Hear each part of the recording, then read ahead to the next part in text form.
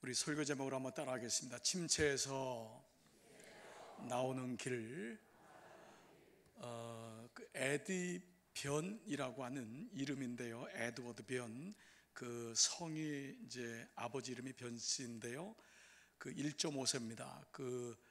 코리안 아메리칸인데요. 10대에 미국으로 이민을 가서 일리노이 대학을 졸업하고 이제 신학을 한 다음에 목회 수업을 받고 목사가 된 1.5세 젊은 목회자입니다. 이 목회자가 이후에 이제 교회 미국에서 목회하다가 한동대학교의 국제학부에 교목으로도 와서 섬겼던 분인데, 이분이 이제 미국과 한국을 보면서 많은 목회자들이 영적으로 또한 환경적으로 탈진하고 이런 이제 과정을 보면서 이게 어떤 그냥 현상만이 아니라 굉장히 긴급한 영적인 문제구나 라고 해서 책을 하나 썼어요. 이제 중보 기도자들을 위한 책이라고 할 수 있는데, 그 책 제목은 우리 목사님은 내가 지킨다 라고 하는, 좀 제목이 좀 이렇게 일반적이진 않아요. 그렇지만은 이게 이제 중보 기도역이니까요. 그만큼 이제 목회자에 대해서 중보하는 분이 필요하다라는 취지에서 만든 책인데, 이 책에서 이 목사님은 미국 목사님들에 대한 통계를 지금 얘기하는데요. 70%가 속마음을 털어놓을 수 있는 가까운 사람이 없다. 90%가 일주일에 50시간 이상을 일하며 일이 절대 끝날 것 같지 않게 느낀다. 50%가 넘게 이혼에 대해서 생각을 하고 있다. 70%가 우울증에 시달리고 있다. 그래서 미 전역에서 실제로 매월 1,500명 정도의 신학생이나 목회자가 목회를 중도에 포기하고 있다는 것을 얘기하고 있습니다. 저는 이 얘기가 결코 과장이 아니라는 것을 저도 목회하면서 경험하고 있습니다. 오랫동안 섬겼던 목회 중에 우리 젊은 목사님들, 특별히 작은 교회를 섬기는 목사님과 사모님들을 오랫동안 섬겨왔는데, 그 섬겼던 이유는 바로 제가 그러했기 때문입니다. 영적인 탈진을 경험하고 외롭고 힘들 때 누구한테 찾아가서 얘기라도 좀 속 시원히 하고 싶은데, 그래서 한번 선배 목사님을 찾아갔는데 그 자동차로 10시간이 걸리는 거예요. 그래서 가다가 중간에 올 수밖에 없었던 그런 일들을 저 자신도 겪으면서 어떻게든지 목회자가 이런 영적 우울증이라든지 탈진에서부터 나오는 걸 좀 막아줬으면 좋겠다, 이런 생각을 한 적이 있었습니다. 여러분들이 잘 아는 목적이 이끄는 삶을 쓰셨던 릭 워렌 목사님 계시죠? 우리 LA의 그 새들백 교회 담임 목사님이신 이 목사님의 아드님이 수년 전에 오랫동안의 우울증을 이기지 못하고 27살에 자살을 했습니다. 이게 이제 신문에 보도되고 얼마나 충격이었겠어요. 목사님과 사모님이 얼마나 힘드셨겠어요. 그런데 이 리고렌 목사님은 아들을 잃은 슬픔보다도 더 힘들었던 것은 끝없이 올라오는 댓글, 끝없이 올라오는 사람들의 얘기 때문이라는 것입니다. 목사가 돼서 그렇게 큰 교회를 섬기지만 정작은 너 자식 하나도 돌보지 못했니? 그런 얘기를 듣고 그 댓글이라는 게 참 잔인합니다. 우리도 한국에도 이 댓글을 다는 분들이 있는데, 야, 이건 정말 하면 안 되는 일이구나, 이렇게 무책임할 수가 없어요. 그냥 거기다 자기가 그냥 생각하는 대로, 그냥 기분 내키는 대로 다 다는데 그게 얼마나 많은 사람들에게 아픔을 줍니까?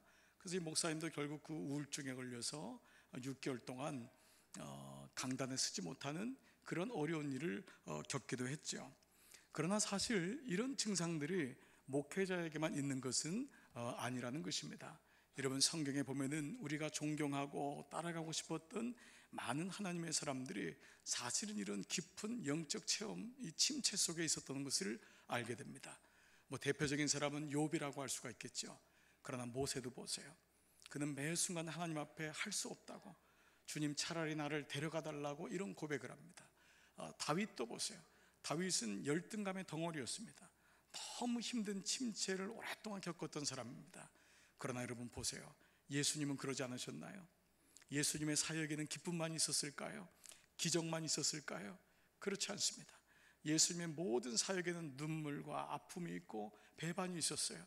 그분이 마지막 겟세마네 동산에서 드렸던 기도를 보면은 그분이 겪었던 침체가 얼마나 깊었는지를 알 수 있고, 사랑하는 제자에게 배반을 당했던 모습도 우리가 알 수 있습니다. 그렇듯이 우리는 이런 모든 것을 종합해 보면은 사실 이런 우울증이라든지 영적 침체, 그것이 어떠한 모양으로든지, 내 육체로 오는 것이든지 관계에서 오는 정신적인 것이든지 하나님과의 관계에서 오는 영적인 것이든지, 이것이 우리의 삶과 대단히 밀접하게 연결되어 있다는 것을 알 수 있습니다. 그런데 왜 우리가 이것을 잘 몰랐냐 하면은 우리가 내 마음을 엿보는 일이 쉽지 않은 거예요. 바쁘다는 핑계로, 그리고 사실 나 자신을 소중히 여기지 못하는 마음이 많았기 때문에 내 마음을 엿보는 일이 적었고, 그리고 우리는 사회적인 현상이나 정치적인 문제는 열을 올리지만은 실제로 자기의 마음은 돌아보지 못하고, 또 가까운 배우자나 자녀의 마음을 한 번도 만져주거나 엿보았던 일이 없었다는 것입니다. 그리고 무엇보다도 어느 때부터인가 우리 안에 이상한 명제 하나가 규정되기 시작했어요. 그거는 나는 그러면 안 돼. 내가 가장인데 아프면 안 되지. 내가 우리 집의 엄마인데 엄마가 정신적으로 연약하면 안 되지. 내가 그래도 그리스도인인데 성령 충만한 그리스도인은 아프면 안 되는 거지. 내가 그래도 권사인데, 내가 그래도 장로인데 어떻게 내가 우울증을 알아. 내가 목사인데. 이런 마음들이 스스로를 더 옥죄면서 자기 자신을 보지 못하는 그런 일을 경험하게 된 것입니다. 우린 이러한 누구에게 일어나든 간에 이러한 그것이 육적이든 영적이든 침체 가운데서 이러한 마음을 가지고 오늘 본문의 말씀을 한번 살펴봤으면 좋겠습니다. 그리고 내 인생에도 예기치 않게 혹은 지금이라도 혹은 침체의 일들이 일어날 때, 내가 지금 생각할 때 내가 지금 침체 같다, 내가 지금 영적으로 대단히 어렵다, 내 마음이 혼잡하고 많이 디프레스되어 있다라고 하는 마음이 올 때에 엘리야를 통해서 주시는 주님의 음성이 어떻게 그를 일으키셨는지 오늘 이 말씀을 통해서 세 가지 차원으로 주님의 음성을 듣는 그런 시간이 되었으면 좋겠습니다. 여러분, 오늘 우리가 읽었던 엘리야는 모세와 더불어서 구약에서 가장 탁월한 선지자 중에 하나입니다. 엘리야를 생각하면 어떤 생각이 듭니까? 3년 6개월 동안 비가 오지 않는 땅을 위해서 기도할 때 비가 오고, 그가 기도함에 비가 오지 않았던 사렙대 과부의 집에 가서 떡반죽이 끊어지지 않는 그런 능력도 있었고, 무엇보다도 엘리야는 바알과 아세라 선지자 850대 1로 갈멜산에서 그들을 이기고 하나님의 살아계심을 증거하는 그런 놀라운 일을 했던 그런 아주 탁월하고 놀라운 전사, 하나님의 사람으로 기억되고 있습니다. 이것이 오늘 여러분 읽었던 열왕기상 18장에서 갈멜산에서의 그 큰 싸움이 18장입니다. 그러면 오늘 읽었던 장수는 19장입니다. 불과 바로 18장에서 그런 일이 있었는데 오늘 19장에서 엘리야는 어떤 모습입니까? 쓰러져 있습니다. 그는 지금 도망가고 있습니다. 그리고 심지어는 그는 죽기를 간청하는 모습을 오늘 보게 됩니다. 자, 오늘 그 장면이 19장 1절입니다. 같이 한번 19장 1절 다 같이 한번 큰 소리로 읽겠습니다. 시작. 아합이 엘리야의 무릇 행한 일과 모든 선지자를 칼로 죽인 것을 이세벨에게 고하니, 이 남편 아합은 참으로 연약하게 짝이 없었던 사람이었습니다. 무능력했어요. 한 나라의 왕이었지만은, 그는 기름 부음 받은 사람이었지만 하나님보다는 사람을 두려워했고 자기 아내에게 이 일을 고자질하는 정도밖에 할 수 없었습니다. 여러분, 그동안 섬겼던 거짓 선지자 850명이 일순간에 죽음을 당했다면 아합이 하는 일은 최소한 마음을 뉘우치거나 엘리야에게 가서 어떻게 하면 좋겠냐고 물어봤어야 됩니다. 근데 그는 지금 하는 일이 자기의 부인에게 가서 어떻게 하면 좋냐고 그 일들을 고자질하고 있습니다. 그리고 이 부인은 아합의 얘기를 듣고 아합 대신 복수를 하는 그런 장면이 일어나고 있습니다. 그리고 사신 하나를 보내서 엘리야에게 죽음을 예고하면서 위협합니다. 2절, 이세벨이 사자를 엘리야에게 보내어 이르되 내가 내일 이맘때에는 정녕 내 생명으로 저 사람들 중 한 사람의 생명 같게 하리라. 아니하면 신들이 내게 벌 위에 벌을 내림이 마땅하니라 한지라. 여기 사자라고 나온 말은 영어로도 메신저라고 나와 있지만 사실 히브리 원본에는 이 말은 사자란 뜻이 아니라 작은 소년, 소녀입니다. 아주 작은 사환입니다. 그러니까 일개 작은 종을 하나 보낸 겁니다. 근데 문제는 뭐죠? 이 용감하고 탁월했던 그 놀라운 엘리야가 이 작은 아이의 얘기를 듣고 마음이 무너지고 있는 것입니다. 우린 이런 얘기를 할 때가 있습니다. 야, 아니 여보, 뭐 그런 것 가지고 뭘 그래? 그런 것 가지고 뭐 마음에 상처를 입었다고 해. 그런데 그런 게 상처를 줍니다. 그런 것 가지고 뭘 그래? 그런 것이 우리에게 뭐를 만듭니다. 엘리야는 큰 싸움에는 등했지만 자기 자신의 작은 마음을 추스리는 데는 약했습니다. 850대 1에는 누구보다 강력한 전사였지만은 한 작은 종이 와서 너 죽을 거야 라는 얘기를 들으면서 마음이 무너지고 있습니다. 큰 돌은 보고 피하더라고요. 작은 돌이 어렵습니다. 내 인생에서 내 마음을 괴롭히는 작은 마음들을 엿봐야 되는데 우린 너무 때로 대범합니다. 그래서 대범하게 아무 얘기나 하고 대범하게 남의 얘기를 쉽게 하고 대범하게 사랑하는 사람에게 상처를 줄 때가 많이 있습니다. 역으로 보면은 큰 믿음도 하루아침에 큰 믿음이 되는 것이 아닙니다. 하루아침에 작은 10분, 새벽 제단에서의 30분, 그 시간이 모아져서 그 사람을 영적인 거장으로 만드는 것입니다. 작은 것, 이 작은 말 한마디에 엘리야가 무너지고 있습니다. 지금 그는 도망치고 있습니다. 갈멜산에서 가장 남쪽인 부엘세바, 오늘날로 말하면 서울에서 부산까지 도망간 겁니다. 그런데 두려움이 얼마나 많았는지 사환을 놔두고 배 타고 거제도로 가는 거하고 똑같은 일이 일어난 것입니다. 3절 4절, 저가 이 형편, 이 소리를 듣고 일어나 그 생명을 위하여 도망하여 유다에 속한 부엘세바에 이르러 자기의 사환을 그곳에 머물게 하고 스스로 광야로 들어가 하루길쯤 행하고 한 로뎀나무 아래 앉아서. 우리는 이 모습이 우리가 생각하고 있는 열왕기상 18장의 엘리야하고 어울리지 않다는 것을 우리는 알고 있습니다. 가만 보니까 차라리 아합보다도 못합니다. 엘리야는 이러면 되는 것 아닙니까? 이러면 안 됩니다. 엘리야는 당당히 아합왕에게 찾아가고 옛날에 하나님이 함께 하신 것을 선포했어야 되는데, 그런데 더 기가 막힌 장면이 그 다음 절에 나옵니다. 4절, 죽기를 구하여 가로되 여호와여 넉넉하오니 지금 내 생명을 치하옵소서. 나는 내 열조보다 낫지 못하나이다. 여러분, 이것은 믿음 앞에서 장엄한 순교를 하는 장면이 아닙니다. 이건 사실은 차라리 난 죽겠습니다. 나 다 끝났습니다. 주님, 내가 이렇게 850대 1로 싸워서 이겼는데 지금 내 모양이 뭡니까? 주님, 이렇게밖에 나를 후대하지 않습니까? 라고 하는 무력감, 절망감, 열등감에 시달린 모습을 보여주고 있습니다. 그런데 사실 이 모습은 엘리야의 모습만이 아니죠. 중세기에 성 요한이라고 하는 성자가 있었는데 그분이 이 엘리야의 이 모습을 가리켜서 뭐라고 했냐면 영혼의 어두운 밤, The dark night of the spirit, 영혼의 어두운 밤이라고 했습니다. 모든 사람은 똑같지는 않을지라도 누구든지 이러한 절망과 무력함, 하나님이 계시지 않은 것 같은 그 마음, 영적 침체를 경험하는데 그게 바로 영혼의 어두운 밤이라는 것입니다. 지금 엘리야는 영혼의 어두운 밤을 경험하고 있는 것입니다. 여러분, 성경이 지금 우리에게 무슨 말을 하고 있는 걸까요? 엘리야, 너 그렇게 잘난 체하면서 싸우더니 850대 1로 싸우더니 지금 네 모습이 뭐야?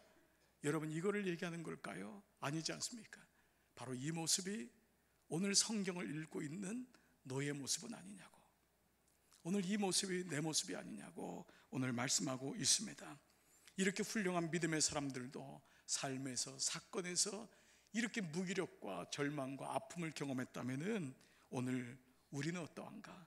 나는 어떠한가? 오늘 말씀을 통해서 다시 보게 되는 것입니다. 오늘 본문은 이러한 영적 침체, 그것이 육체적으로 오든 관계에서 오든 하나님과의 영적인 관계에서 오든 우리가 그런 일을 경험했을 때 우리가 어떻게 우리의 마음밭을 기경하고 이것을 극복할 수 있는지 하나님이 주시는 세 가지 메시지를 묵상했으면 좋겠습니다. 이러한 때 엘리야에게 주셨던 첫 번째 메시지는 바로 이것이었습니다. 그것은 보이는 것에 붙잡히지 마라 라는 것입니다. 흥미로운 사실은 지금 엘리야가 이렇게 죽기를 원했던 그 그늘, 그 나무는 바로 로뎀 나무라는 것입니다. 로뎀 나무는 부름인데 이 부름이라고 하는 건 모세가 하나님을 만났던 떨기나무와 같은 나무입니다. 근데 이 로뎀 나무는 왜 이게 놀랍냐면 그 광야에서 사막에서 유일하게 나그네에게 그늘을 제공하는 나무가 이 로뎀 나무입니다. 놀랍지 않습니까?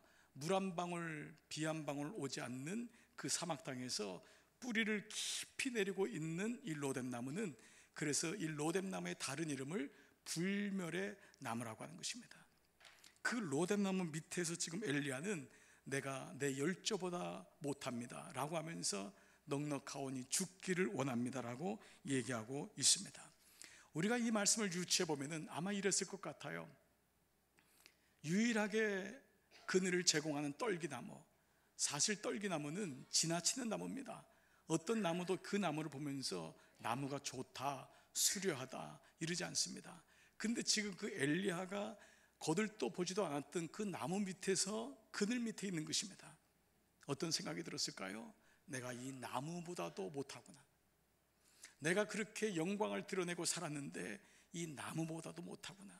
그는 순간적으로 나무보다 못하니 내 열조보다 나은 것이 없으니 차라리 죽는 것이 좋겠습니다 라고 했을 것입니다. 그런데 이때 엘리야가 바라봐야 될 것은 로뎀 나무의 잎사귀가 아니었습니다. 로뎀 나무의 가지가 아니었습니다. 그것은 바로 로뎀 나무가 밑으로 내리고 있는 그 가지보다도 더 깊이 내리고 있는 뿌리였습니다. 로뎀 나무의 생명력은 보이는 가지나 나무가 아닌 보이지 않는 깊이 뿌리 내린 그의 뿌리였다는 것입니다. 이렇듯 우리가 우리의 환경과 보이는 것만 보면은 우리는 금방 나약해지고 연약해지고 아무것도 할 수 없다는 절망감이 들 때가 많이 있습니다. 그렇기 때문에 오늘 본문 말씀을 통해 주시는 첫 번째 메시지는 잎사귀와 무성한 가지만 보지 말고 그러한 가운데서도 내 인생에 깊이 뿌리를 내리고 있는 하나님의 손길을 봐야 한다라는 것입니다. 이것이 믿음의 사람이 하나님의 자녀가 봐야 됩니다. 현실은 우리를 누릅니다. 보여지는 것은 절망스럽고 손에 잡히는 것도 없고 될 것 같지도 않습니다. 그럼에도 불구하고 엘리야가 볼 것은 보이는 것에 붙잡히지 않는 것입니다. 사실 엘리야에게 찾아온 위기는 외부적인 환경이 아니었습니다. 850대 1로 싸우는 환경의 문제가 아니었습니다. 오히려 그것이 그로 인하여서 작은 마음을 놓쳐버리는 안타까움을 갖게 했던 것입니다. 내가 이만하면 괜찮지 라고 하는 마음, 보여지는 승리에 도취한 엘리야의 마음속에는 작은 소리 하나도 결국은 무너질 수밖에 없는 연약함이 있었습니다. 어느 순간부터인가 우리 인생은 보이는 것을 추구하게 되고 보이는 것을 가지고 성공의 잣대로 삼고, 그 사람은 성공한 사람이야, 나는 이만하면 성공한 사람이야 라고 생각할 때가 많습니다. 집에만 가면은 TV를 킵니다. 유튜브를 키면은 수많은 정보가 우리에게 쏟아져 들어옵니다. 영화를 보면은 수많은 영화가 있습니다. 그 모든 공통점은 보이는 것입니다. 보여지는 것을 승리하는 것입니다. 우리의 가치관이 하나님 말씀에 의해서 만들어지는 것이 아니라, 보이지 아니하시는 그러나 분명하고 영원하신 말씀이 아니라 보여지는 바알에 의해서, 보여지는 바벨탑에 의해서 우리의 생각이 있습니다. 그리고 어느 날 그 생각과 가치관은 교회 안에 들어와서도 믿는 사람을 흔들 때가 많습니다. 말씀을 주중에 영상으로 보내기로 결심한 데는 그런 이유가 있습니다. 설교가 좋아서, 기계가 좋아서, 이런 유튜브를 다 하니까가 아니었습니다. 짧은 시간만이라도 한 번이라도 그 말씀을 더 들으면 어떨까? 그리고 40분짜리를 들을 수 없을 정도로 바쁜 분에게는 3분짜리라도 메시지를 듣고 하나님의 은혜를 알 수 있으면 어떨까? 오늘 우리는 너무 세상적인 가치관에 보이는 것에 붙잡혀 있습니다. 뭔가 보여주고 싶고 누리고 싶어하는 스카이 캐슬, 그것이 내 인생의 욕망이 되어버린 것이 아닐까 하는 생각을 갖게 됩니다.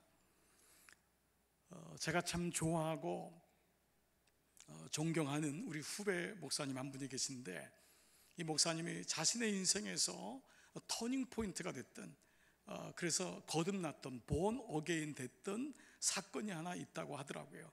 그러면서 그 사건을 이 사석에서 얘기해줘서 아주 참 감동을 받았던 일이 있었습니다. 이분이 고3 때 한참 사춘기 때 아닙니까? 그때 비가 많이 왔는데 집에서 어머니가 준 우산이 그 비닐 우산이었습니다. 요즘 비닐 우산은 좋은 거지만은 옛날 기억하시잖아요. 그 파란 그 대나무로 엮어 있는 그 우산, 바람이 불면은 훅 뒤집어지는, 그 어찌 보면은 일회용으로 만들었지만은 이 목사님의 이 사춘기 때는 그 우산을 받아들면서 너무 싫었대요. 그리고 우산을 쓰고 다니는 것조차도 싫어서 차라리 비에 쫄딱 맞고라도 우산을 쓰지 않는, 너무 가난이 싫었고 그것을 보여주기 싫었고 그런 가난을 주는 엄마 아빠가 너무 미웠답니다. 그러다가 이제 버스를 이제 타게 됐는데 비닐 우산을 차마 버리지 못하고 버스를 탄 거예요. 근데 이 버스를 탔는데 참 공교롭게도 자리가 꽉 찬 거예요. 한 명도 빠짐없이. 서 있는 사람은 자기 혼자인 거예요. 너무 힘이 든 거죠.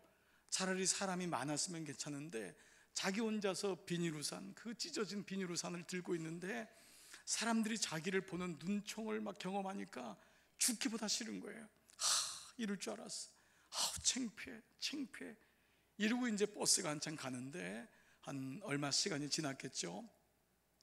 그러다가 이렇게 옆에 사람을 흘낏흘낏 쳐다보는데 버스 안에 놀라운 일이 일어났대요. 놀라운 일이. 그거는 아무도 자기를 보는 사람이 없다는 거였어요. 그 버스 안에는 자기를 보는 사람이 아무도 없었어요. 그거는 이 목사님에게 놀라운 충격이었어요. 아무도 보지 않는구나. 근데 나는 지금까지 늘 누구의 눈을 의식해서 사는 거예요. 우리가 혹 나이가 들어서도 그렇게 살 수가 있더라고요. 보여지는 것이 때로는 내 삶의 내면보다 훨씬 중요하게 보여줄 때가 많아요. 이 목사님이 그때 깨닫고 자기의 인생의 좌우명을 뭐라고 했냐면 스펙에서 스토리로. 모든 사람이 스펙을 쌓기를 원해요. 그래요. 우리가 이 땅에 살 때는 스펙도 필요하지요. 성취감도 필요하고 그만한 스펙이 있으니까 그 자리까지 올라갈 수 있어요.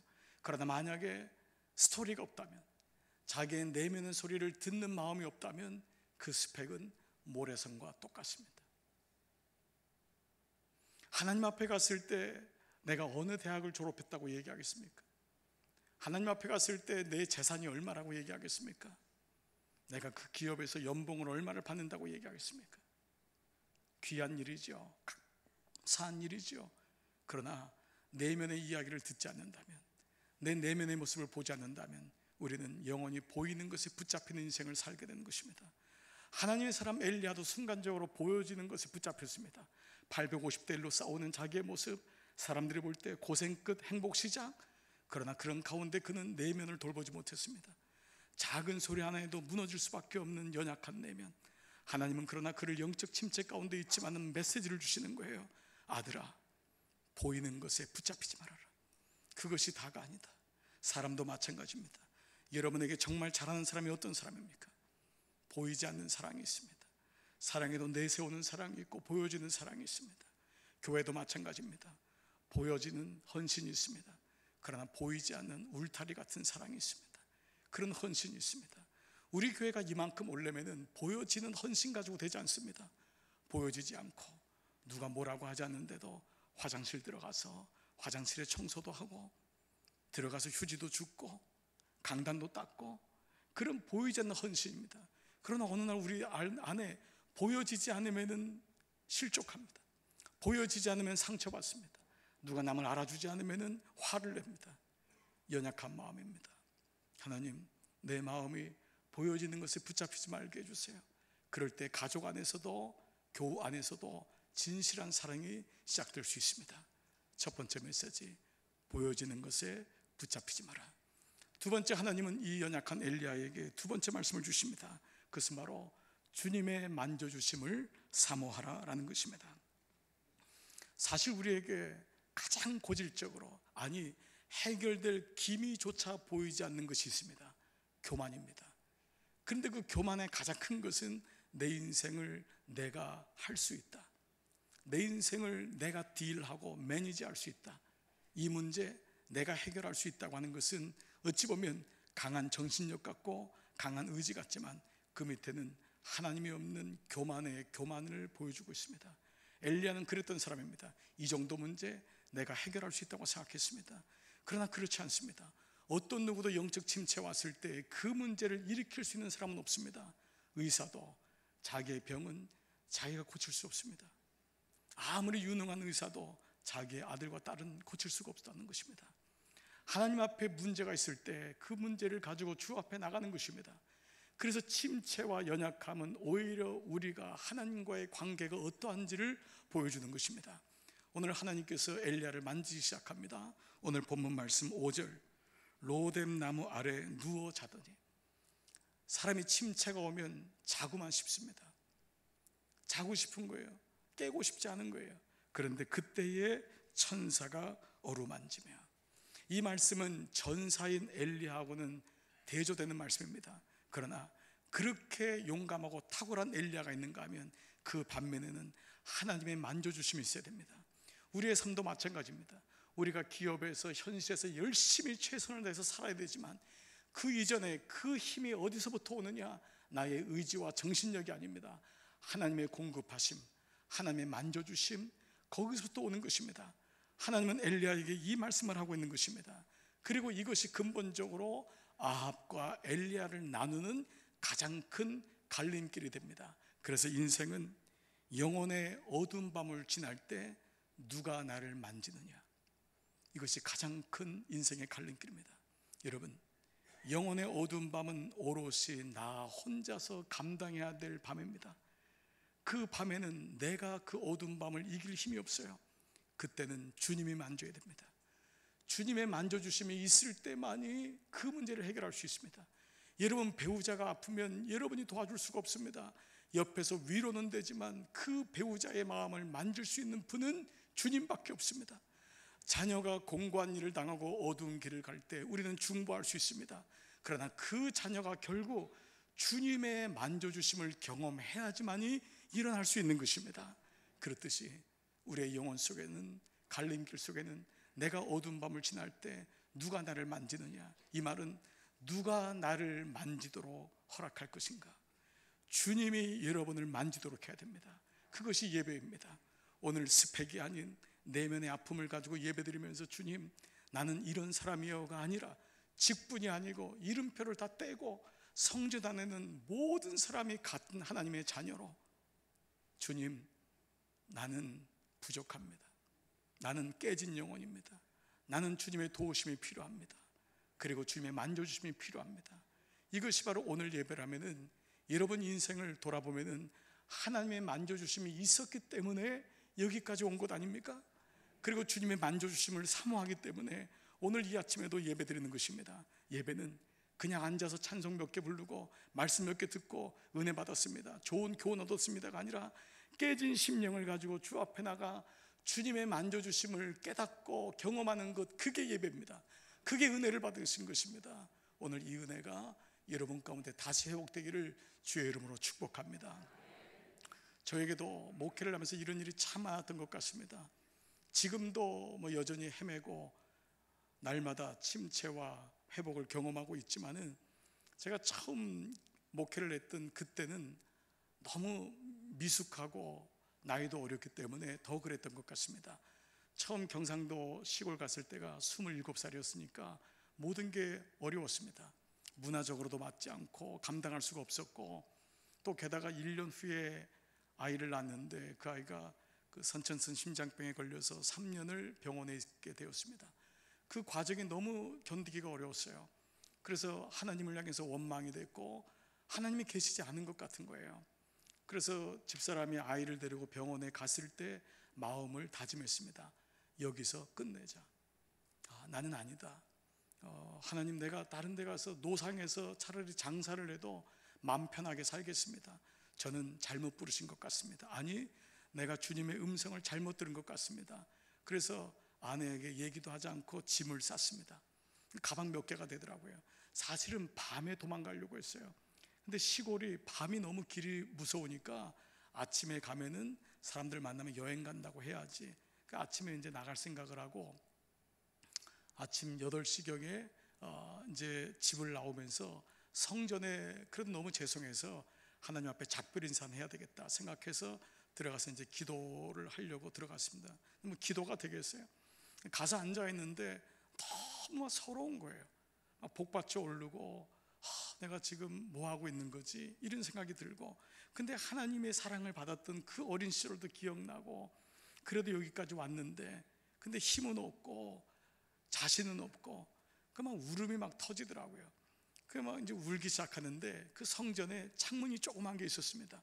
그 창문으로 아침 햇살이 들어오는데요, 사람이 환경이 추우니까 마음이 추우니까요, 그 햇빛이 너무 따뜻한 거예요. 그래서 그 햇빛 밑에 가서 벽에 기대 가지고 있는 거예요. 그냥 울음만 줄줄줄줄 눈물만 나고. 사람이 이상하더라고요. 햇빛이 움직이니까 따라가면서 우는 거예요. 햇빛 옆에 가니까 울다가 또 추워지는 거예요. 그래서 보니까 햇빛이 옆에 있으니까 그 옆에 가서 또 울고, 또 보니까 또 햇빛이 없으니까 또 따라가고, 그러고 이제 있었어요. 근데 그런 가운데서 이상하게 마음이 편안해지고, 어쩌면 특별한 음성을 들은 것도 아니었고, 그런데 그냥 마음이 그냥 편안해지더라고요. 사람이 울면은 막 그렇잖아요. 너무 우니까. 그런 다음에 이제 그렇구나 라고 생각하고 이제 일어난 거예요. 일어나서 문을 열고 나갔는데 저녁 해가 지고 있는 거예요. 그러니까 그 시간이 8시간 이상이 지난 거예요. 근데 나가보니까 짐이 있는 거예요. 제가 이게 웬 짐이지? 이게 물은 거예요. 근데 곧 생각이 나는 게 이게 내가 가려고 했던 그 짐이구나. 근데 아무 말 없이 제가 그 짐을 제 방에다 갖다 풀고 다시 풀고 다시 시작한 거예요. 제가 그 다음에 짐을 그만뒀을까요? 안 뒀을까요? 네, 뒀으면 지금 여기 없겠죠. 그 시간이 저에게는 짧은 시간이었지만은 하나님의 만져주심을 경험했던 그 8시간이었어요. 특별하게 제가 하나님을 더 사랑한다고 고백도 안 했어요. 그냥 힘든 마음을 가지고 그냥 운 것밖에 없었어요. 그런데 어느 날 제가 다니엘서를 읽다가 놀라운 말씀을 보게 됐어요. 하나님의 사람 다니엘, 그에게 하나님이 막 음성을 들려주고 그에게 어떤 예언의 메시지를 주고 이럴 줄 알았는데, 다니엘서 10장 18절, 또 사람의 모양 같은 것 하나가 나를 만지며 나로 강건케 하여 가로되 은총을 크게 받은 사람이여 두려워하지 말라. 평안하라. 강건하라. 이게 다니엘에게 주셨던 하나님의 음성이었어요. 다니엘에게 사명을 가지고 너는 어디로 가라, 교회를 세워라, 아프리카로 가라, 이게 아니었어요. 하나님이 그를 만지며 두려워하지 마라. 평안하라. 강건하라. 오늘 이 아침 주시는 하나님 만져주심이 있습니다. 저는 여러분 한 분 한 분의 형편과 사정을 알지 못하지만 하나님께서 여러분을 만져주실 것입니다. 그리고 만지고 계십니다. 그를 내 마음을 보는 것입니다. 하나님, 나는 주님의 만져주심이 필요합니다. 주님, 오늘 이 아침 나도 모르게 내 마음이 강팍해지고 하늘님의 하나의 문을 닫고 예배를 드리지만 그냥 할 수 없이 드리는 예배입니다. 그런데 오늘 이 시간만은 내가 마음을 열겠습니다. 주님, 내 마음을 만져주십시오. 주님, 두려워하지 마라. 평안해라. 강건해라. 강건해라. 이 음성이 여러분의 음성 되기를, 주님의 음성 되기를 축복합니다. 세 번째, 마지막으로 하나님이 이 다니엘에게 주신 음성이 있습니다. 그것은 바로 일어나서 먹고 마시라는 것입니다. 놀라운 일이 일어났습니다. 6절 7절 본즉 머리맡에 하나님이 그를 만졌는데 보았더니 숯불에 구운 떡과 한 병 호리병 물이 있는 거예요. 이에 먹고 마시고 다시 누웠더니 여호와의 사자가 또다시 와서 어루만짐에 이르되 일어나서 먹으라. 일어나서 먹으라. 이거 꼭 엄마의 음성 같아요. 아버지의 음성 같아요. 죽으면 안 된다. 일어나서 먹어라. 내가 길을 이기지 못할까 하노라. 하나님께서는 우리를 만지시는 이 과정에서 한 가지가 있는 게, 영적인 메시지를 주시면은 거기서 끝나지 않습니다. 우리를 꼭 삶의 현장으로 끌고 가십니다. 삶의 현장에 가서 실제적인 구운 떡과 그리고 호리병을 예비하십니다. 이 천사가 있었던 거예요. 누군지 몰랐지만 하나님께서 예비하신 사람, 하나님이 18절 보면은 이 다니엘에게, 이 엘리야에게 뭐라고 하냐면, 엘리야야 두려워하지 마. 너처럼 너만 혼자 고난당하는 게 아니야. 바알에게 무릎 꿇지 아니한 7,000명을 예비하고 있단다. 그 사람들이 있어. 너 혼자 고난받는 게 아니야. 저는 이 말씀이 어떤 말씀인지 정확히 모르지만은 이 말씀 속에 주시는 음성은 사자가, 천사가 있었던 거예요. 거기에서 고통당하고 있었지만 그 고통을 이겨낸 어떤 사람이 엘리야의 고난을 보면서 그에게 직접 숯불에 구운 떡과 호리병 한 병을 그에게 소리 없이 전해주고 사라지는 천사가 있었던 거예요. 우리의 삶을 봐보세요. 여러분, 내 힘으로 여기까지 왔나요? 천사가 없었나요? 누군가의 도우심이 없었나요? 그 사람이 나에게 준 숯불에 구운 그 고기와 물병 때문에 오늘 여기 와 있는 것이죠. 단 이 엘리야는 알았던 거예요. 아, 하나님, 혼자 사는 게 인생이 아니군요. 의지가 강한 인생이 혼자가 아니군요. 우리는 사단에게 속고 있어요. 사단은 우리에게 얘기해요. 인생은 어차피 혼자야. 너 교회 와도 혼자야. 네가 혼자 열심히 최선을 다해서 눈을 부릅뜨고 살아야지. 이 세상이 어떤 세상인데 네 문제는 네가 해결하는 거야. 어디다가 도움을 구해 라고 얘기합니다. 그런데 하나님 우리에게 그렇게 말씀하지 않습니다.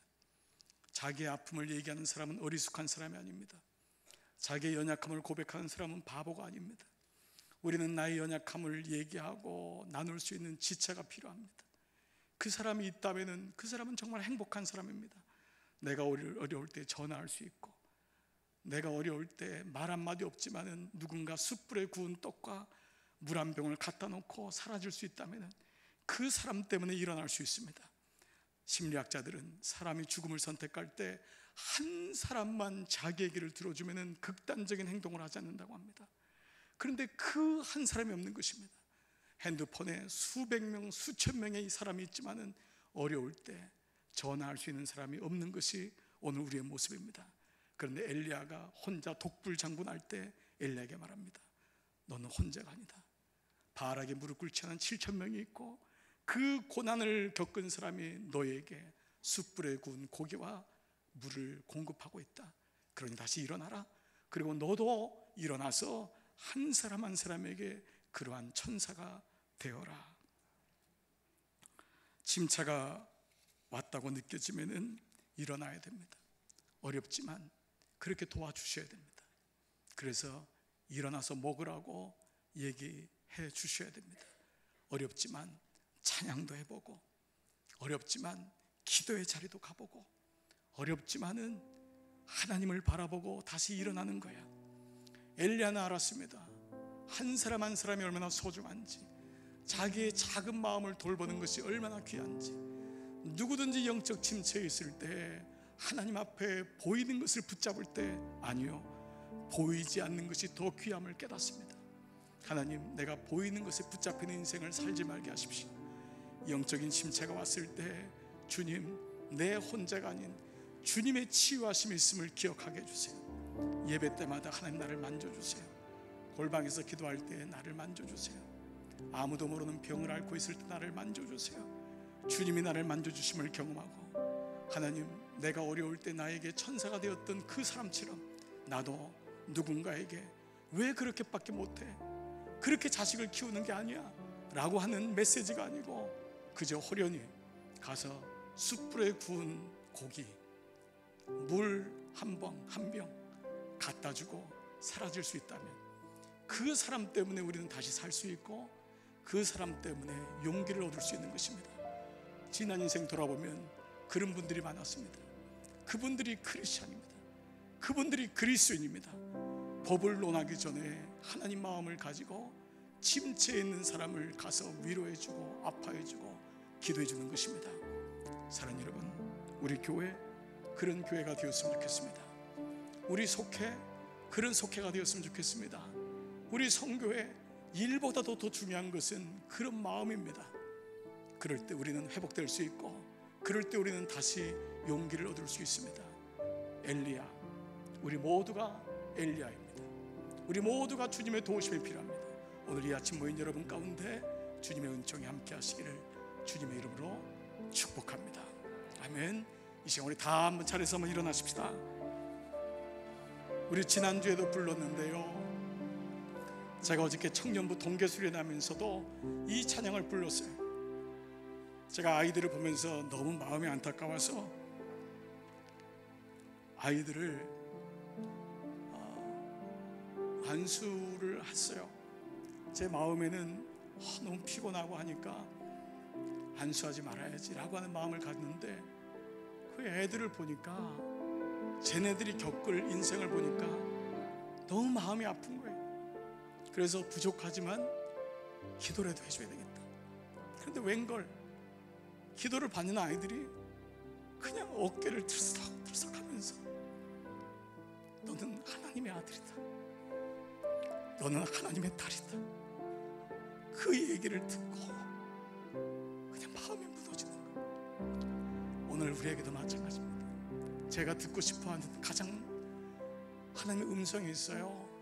장 목사, 너는 목사 중에 최고야 하는 그런 음성 듣고 싶지도 않고 들을 수도 없다는 걸 알아요.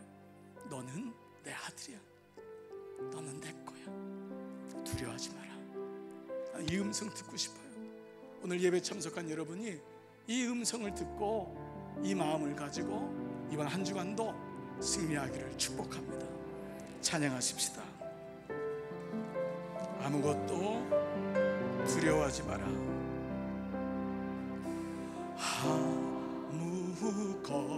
아무것도 두려워 말라. 주 나의 하나님이 지켜주시니 놀라지 마라, 겁내지 마라. 주님 나를 지켜주시네. 우리 다시 한번 고백합니다. 아무것도 두려워 말라.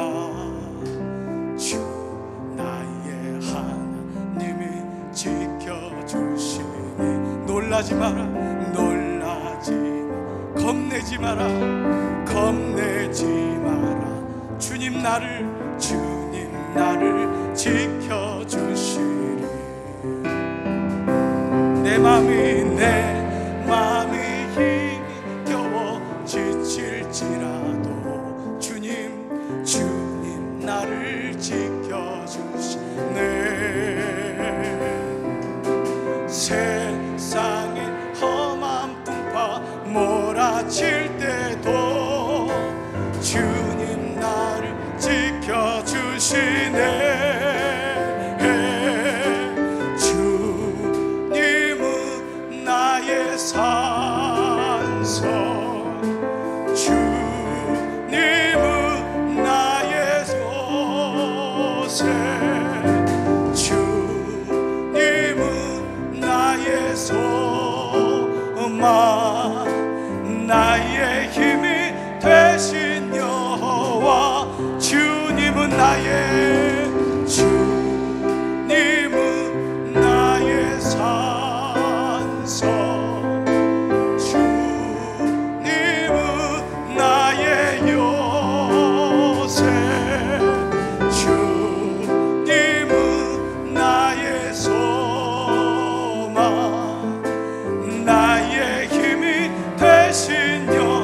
말씀을 붙잡고 함께 기도하며 주 앞에 나가겠습니다. 하나님 감사합니다. 주님, 다시 주님의 음성을 듣습니다. 아들아, 보이는 것 붙잡히지 말아라. 보이는 것 때문에 주눅 들지 말고, 보이는 것 때문에 약해지지 마라. 따라 보이는 것 때문에 힘들어하지 말고, 그것 때문에 내 마음을 뺏기지 말라고 주님 내게 말씀하세요. 주님, 나에게 침체가 오고 영적인 아픔이 올 때 주님, 내가 주님을 다시 한번 일어나서 주님을 보기를 원합니다. 주님의 만져주심을 경험하기 원합니다. 주님의 타치하심을 경험하기 원합니다. 예배는 그런 것입니다. 예배는 그런 것이죠. 주님, 나를 만져주시고 나를 붙잡아 주시는 주님의 은혜를 경험하는 것입니다. 아버지, 우리 마음에 아버지의 마음을 주셔서 주님의 만져주심과 주님의 타치하심을 날마다 경험하고, 아버지, 내가 스펙이 아니고 내가 어떠한 사람이 아니고 주님의 자녀로, 주님의 아들로, 주님의 딸로 주님 앞에 나가기를 원합니다. 따라 아들아, 두려워하지 마라, 놀라지 말라, 겁내지 마라, 평안하라 말씀하시는 주의 음성을 듣습니다. 하나님, 나에게 이렇게 영적으로도 실제적으로도 우리 삶의 천사를 보내셔서 해결하시는 아버지, 하나님, 내 힘으로 하는 것 아닌 것을 압니다.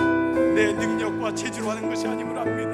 하나님, 잊어버리지 않도록 해주시고 순간순간 주님의 은혜와 주님의 지혜와 주님의 마음으로 아버지가 할 수 있도록 하나님 인도해 주시기를 원합니다. 주님, 나도 천사가 되어서 연약한 사람 마음껏 돕는 그런 마음 갖게 하여 주옵소서.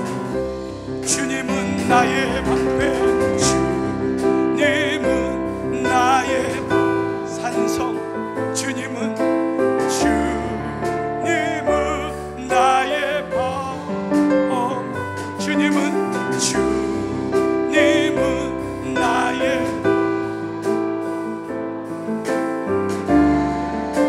대신 여호와, 주님은 나의 주님은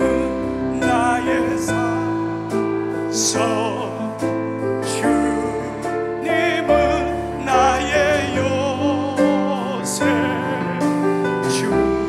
주님은 나의 소망, 나의 힘이 되신 여호와,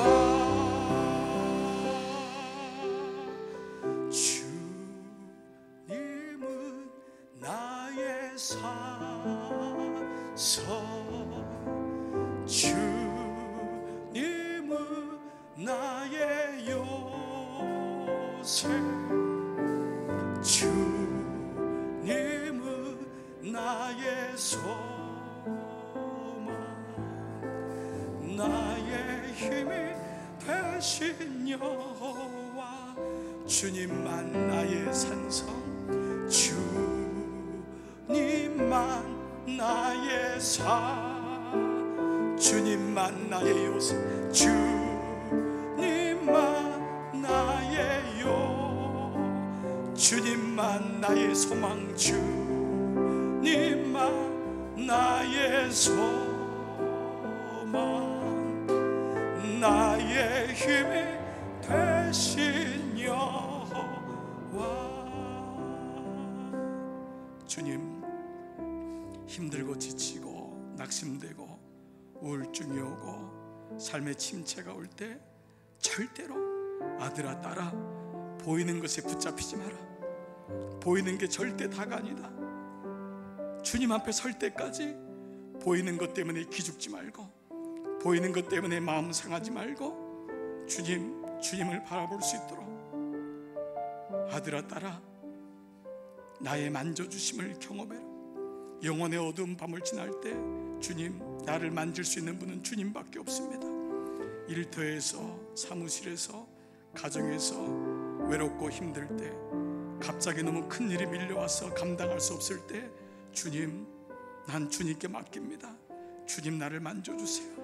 그리고 주님, 나의 삶의 현장에서 구체적으로 실제적으로 예배하시는 주님의 공급하심을 경험하게, 주님, 구운 숯불의 고기와 물 한 병이 내게 있음을 기억하고, 나도 그러한 마음으로 약해 있고 침체에 있는 영혼들 붙잡아주고 안아줄 수 있도록 아버지의 마음을 허락하여 주옵소서. 이제 세상을 향해 나가는 종들 한 분 한 분 마음속에 이 마음으로 충만케 하여 주시옵소서. 사랑하는 여러분, 이제 주님의 말씀을 들었으니 평안히 돌아가십시오. 복음의 말씀을 들었으니 참 자유인답게 사십시오. 주님께서 우리를 새로운 순례길로 초대하십니다. 날마다 새로운 마음으로 그 길을 걸어가십시오. 그릇되고 거짓된 길에서 벗어나 주님이 기뻐하시는 바르고 선한 길을 걸어가십시오. 주님께서 여러분과 함께 하실 것입니다. 성부와 성자와 성령의 은총이 모두 위에 함께 하시기를 간절히 축원하옵나이다. 아멘.